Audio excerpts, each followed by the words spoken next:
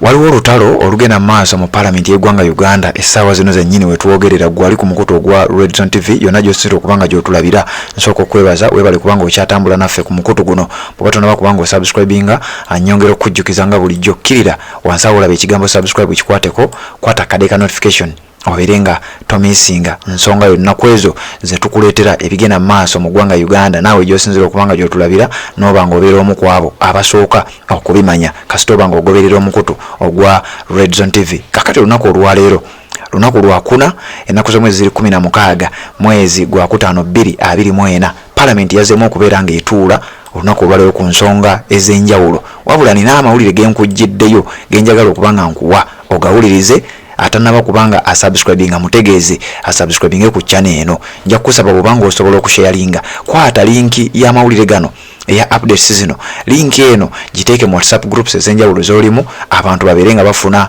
amawulire gano genkuleetedde okuva mu parliament. Nja kusaba gena mu comment section teekayo obubaka tubulira osinzirawo kubanga ogoberera ensonga zino ate tuberenga tukwasaganya ensonga zino. Nja kusaba olikinge gyokoma okulikinga information gyekoma okubeera ng'etambula kati wulira Parliament olunaku olwaleero ng'ennaku z'omwezi 16 mwezi gwa kutaano 2024 ezzeemu okubanga etuula ng'era bulijjo nga balina ensonga nnyingi nnyo ze bateesezzaako era ebintu bingi nnyo bali mu kwogerako ne wetuwogerera essaawa zino wowulirira eddoboozi lino.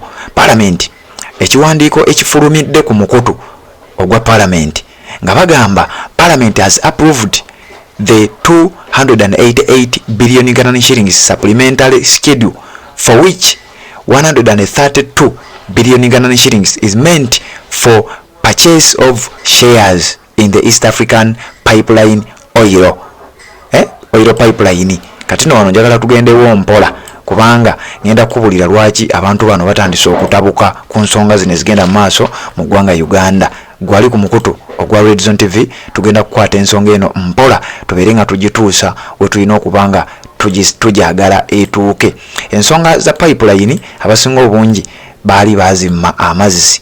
Eggwanga lya Uganda okugula emigabo ku nsonga za pipeline eno ze zimu ku ssente ezo z'owulidde nga nkugamba nti Parliament emaze okubanga yapuruvinga okukkiriza ssente obuwumbi 288 ng'ennyongereza nga ku zino kuliko obuwumbi 132 nga zino ekigendererwa kyazo kyakugula migabo mu kye bayita EACOP oba East African Oil Pipeline. Ekitongole ekya Uganda National Oil Company UNOC nga kyekigenda okukwasaganya ensonga eno. Ulira pipeline eyita mu Uganda amafuta gava mu Uganda naye Uganda bakulaga wano nti okugula emigabo ku nsonga za pipeline eno egenda okubanga etambuza amafuta okuva mu Uganda paka Tanzania eri mwabimanya ebyo byonna. Kati Parliament yayisizza obuwumbi 288 n'obukadde 624 eza siringi za Uganda nga kuliko obuwumbi 10 obuwumbi billions 132 mu obukadde 634 nga zino sente zigenda kugula migabo mu shares zigenda kugula migabo mu EACOP East African Oil Pipeline. Ekitongole ekimanyiddwa nga Uganda National Oil Company kyekigenda okubanga kiweebwa sente zino wabula obuwumbi 152 nga zino zigenda constructinga Hoima Stadium era nga zino zo zigenda mu kitongole ekimanyiddwa nga National Council of Sports okwetegekera Africa Cup of Nations 2027. Ndowooza tutambula bulungi nnyo. Omubaka Ibrahim Ssemujju Nganda agugubye era n'alabula gavumenti nti kino kyebagezaako kukola akiyise indiscipline. Ibrahim Ssemujju Nganda, Kira Municipality MP, castigated government for exhibiting a high level of fiscal indiscipline by running the national budget through supplementary budgets.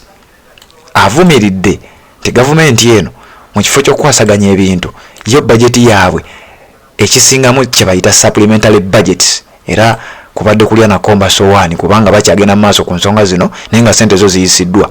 Ibrahim Ssemujju Nganda agamba Ibrahim Ssemujju Nganda saying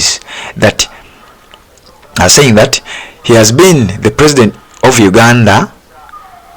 Most of the ministers involved in these chaotic like supplementary budgets onono olulimi olujerega would be serving jail term as Luzira maximum prison.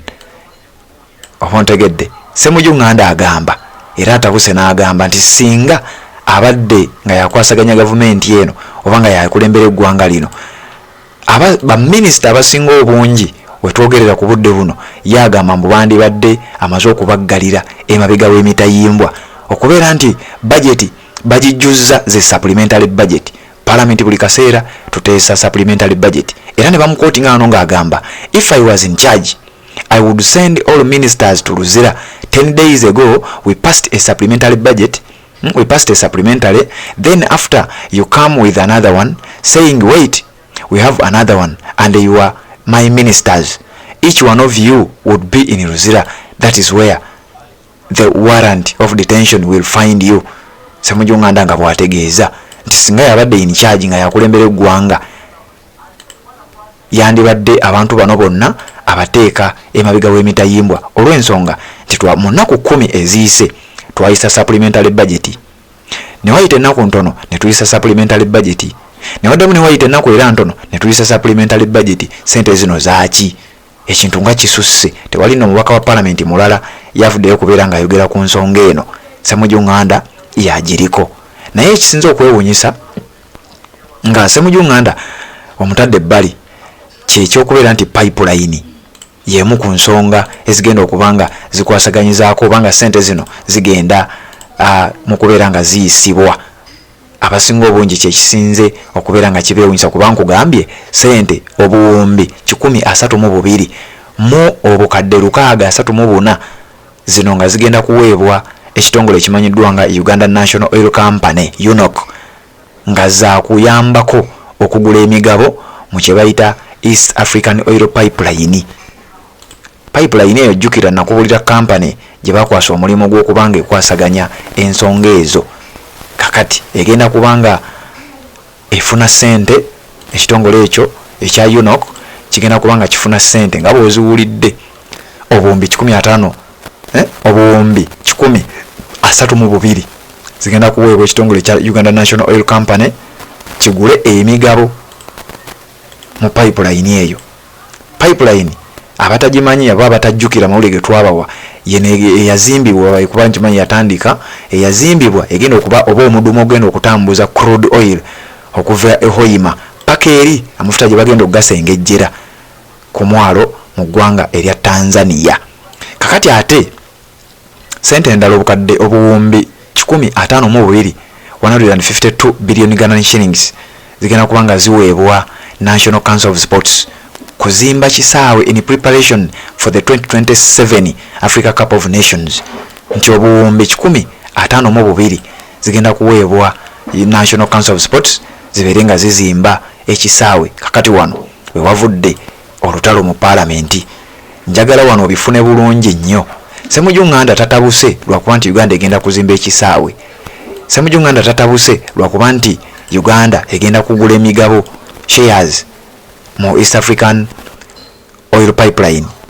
Ekimutabudde zezi supplementary budget ezitakoma nti luli twayisa supplementary budget ne ku lundi guno ne tuyisa supplementary budget nti zisusse era Parliament ye bwate bwategeezeza nti singa yabadde in charge ababaka bangi bandibadde bali mabega wa mitayimbwa. Kati nze nensalawo nga kuleetere webali kubanga ogoberera Red Zone TV webali kubanga okyaliko tuwuliziganye mu updates eziddako.